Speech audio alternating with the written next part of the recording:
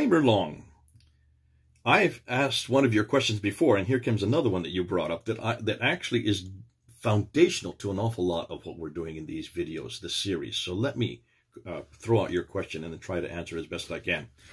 The only thing you say I am often not sure of is how to share with Muslims. Theologically or historically, it falls apart. True, they both fall apart.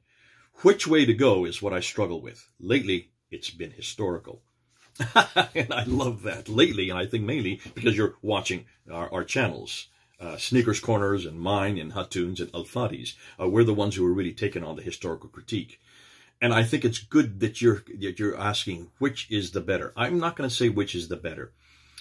People, and in some ways, from what we just said in the last video, David Wood and Sam Shamoun are the best when it comes to theological confrontation. They're doing an amazing job of just destroying Islam theologically. Historically, that's our area of expertise. That's my area of expertise specifically because that's the area I did my doctoral thesis in. And it's also the man who really, I followed, Dr. Carl Fander, the man who gave me the name Fander for Fander Films and for Fander Institute of Apologetics, who was living in the 1800s, this German scholar who could read and write, speak 7 different languages and spent his whole career studying the historical critique. That's what he did. He was the first actually that I'm aware of. And way back in 1829, he was the one that actually went into the historical critique and actually asked the question that we all are asking today. And he basically, can we trust the story about Muhammad? And can we trust the story about the Quran, how it was put together? And he went right to Ibn Hisham and Al-Waqidi, and he went right to Ibn Ishaq, and he went to Al-Bukhari, and he actually read them in Arabic. He speaks and read and write Arabic, and then he translated them into German and into English. And he did his research in the early 1800s. There were no computers back then. There was no internet. He had to do it all by taking the books and translating them himself. And so he paved the way for the rest of us to then continue with this historical critique. And that's why he said, way back then, we're talking about over almost 200 years ago, he said, we can't trust these traditions. We can't trust the Sirah or the Hadith or the Tafsir or the Tahrir because it's written much, much too late. I wasn't the one that came up with that. He came up with that. And that's why I love referring to him and using his material. But as to your question, which is better to use? Well, I'm a convert of the historical critique, and I'll tell you why, for a number of reasons. One of the first is that the historical critique is the most neutral of critiques. It's the most neutral of critiques in that it doesn't take a bias. There's not a bias either way, because all you're looking for, if you do it properly, is you're looking for the empirical evidence. That's all you're doing. You're looking for the empirical evidence concerning, in this case, what we're doing right now, and the series that we're going through right now, is looking for whether Islam existed in the 7th century prior to 690. And that means that we're asking whether Muhammad is the Muhammad that we see in the traditions, or he's nothing more than the Muhammad of faith. Or did he even exist? We're getting asked that question. I believe he did. Whether or not the Quran existed that early, whether or not it was put together by Abu Bakr and then canonized by Uthman, whether or not there were people called Muslims or a religion called Islam, and whether or not Mecca existed that early. These are the questions we're asking in this series. And because I'm asking these questions, it's not as a Christian asking it. I could be anybody. I could be a secular person. In fact, the secular people are the ones who come and shake my hand the most. I remember when I left Speaker's Corner back 3 years ago, the last time I was down there in 2017, the last man to say goodbye to me was an atheist who was almost in tears when he heard that I was leaving. He says, please don't go, because you're the only Christian we've met that's asking the basic question that all of us are asking, and it's just 3 words. Is it true? That's all you're asking. Is it true? And you're using language that we can understand. You're using redacted criticism. You're using source criticism. You're using literary criticism. You're using historical criticisms. And I kind of reminded him, but all those were all created on the Bible. And that's why we are the best to do it, because we understand it the best. And I thanked him for saying that he enjoyed this kind of material. But then I turned to him and I said, yes, you may be the ones that benefit most from this, because it's material that you can understand, because you're sick and tired of us telling what God has done for us. Yeah, that's our own testimony. For you, it's not what God has done for you. You're asking this very basic question, is it true? And you're asking this of all religions, not just of Islam. You're asking it of Christianity or Buddhism or Hinduism or even atheism. That's the question we have to ask of atheists and humanists. Is it true? And one of the best ways to do that is to use historical criticism, because in every case, Kramer, every religion has not every, but the major religions have a revelation. And the revelation for Islam is the Quran. For us, it's the Bible. For the Sikhs, it's the Granth Sahib. For the Buddhists, well, the Buddhists have a whole, it's hard to difficult to know where they go to. The Hindus, it's the Vedas, the Bhagavad Gita, the Upanishads. All these revelations in these different religions make historical claims. They talk about men who do certain things at certain times, in certain places. Those are the four areas of historical criticism. Men who do certain things at certain times in certain places. And so we need to investigate those men doing those things at that place and at that time. And that's exactly what has been done with the Bible. Now we're doing it with the Quran. We're doing it with Muhammad.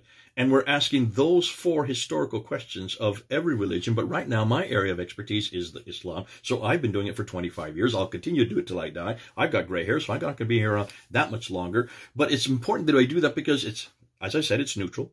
It is absolutely neutral. And that's why the atheists liked it. That's why the humanists like it. And I remember when he said that, he had tears in his eyes, and I turned to him and I said, no, please don't you use this. Because you as a humanist and you as an atheist, all you wanted to just do is destroy those Muslims' faiths. And I don't want to destroy their faith. You know, they're some of the best people in the world. I absolutely love those Muslims. I find their passion attractive. I find their passion for God infectious. I don't want to destroy that faith for God. I don't want to destroy that faith in Revelation. I don't want to destroy that faith in the Quran unless I have something that's an alternative.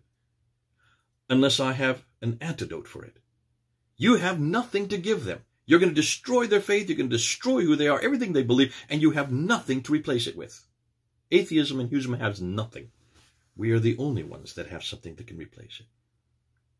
That's why I want to take them away from the Quran, and I want to bring them back from this book. I want to take them to this book. I want to take them away from the God behind this book, and I want to bring them back to the God behind this book.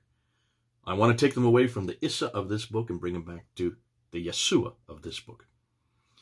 And we're the only ones that really know that. We're the only ones that have the antidote. We're the only ones that have the alternative. We are the only ones that have the answer. So the historical critique does just that, Kramer. Theologically speaking, you can do it as well. And that's why the David Woods and the Sam Shamoons and the Michael Browns are doing a great job at confronting it theologically. But the difficulty with theologically, you're already you're starting from a Christian bias. You're assuming it's nothing more than a choice. It's nothing more than opinion. And it's one against the other. And you can do the whole, and what I love about David Wood and Sam Shamoon is they're looking at the theological implications of that, and they're looking at how irrelevant it is. And that's brilliant. The difficulty is it's not neutral. Being neutral means that we can step outside of our Christian bubble and still ask that same question and have all the right in the world to do so, because it's already been asked of the Bible, and it needs to be asked of the Upanishads, the Vedas, the Bhagavad Gita. It needs to be asked of all religious revelations that claim to be from God, as the Bible has already been asked and passed all those tests. And now it needs to be asked of Islam. And that's reasons why I think in the 21st century, the battle between Islam and Christianity or any religion will come down to, can they pass the historical test? Secondly, not only is it neutral, that's the first, but secondly, it's the one that we're finding are bringing more people to Jesus Christ, because we're finding Muslims all over the world. They're writing, they're emailing. We're finding them. I find them they're texting me. I meet them in airports. It's fascinating. Muslims come up to me and they have given up Islam because they finally realized that this book is written by men. They didn't know that before. They've been told that all their lives. It was written that it was eternal. It was always existed in heaven. That was sent down over a period of 22 years to a man named Muhammad. Now they don't even know whether Muhammad had anything to do with it.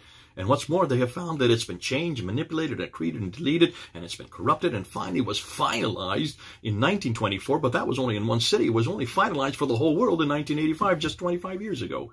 And so when they're hearing that, they suddenly realize this is not the book that we grew up with.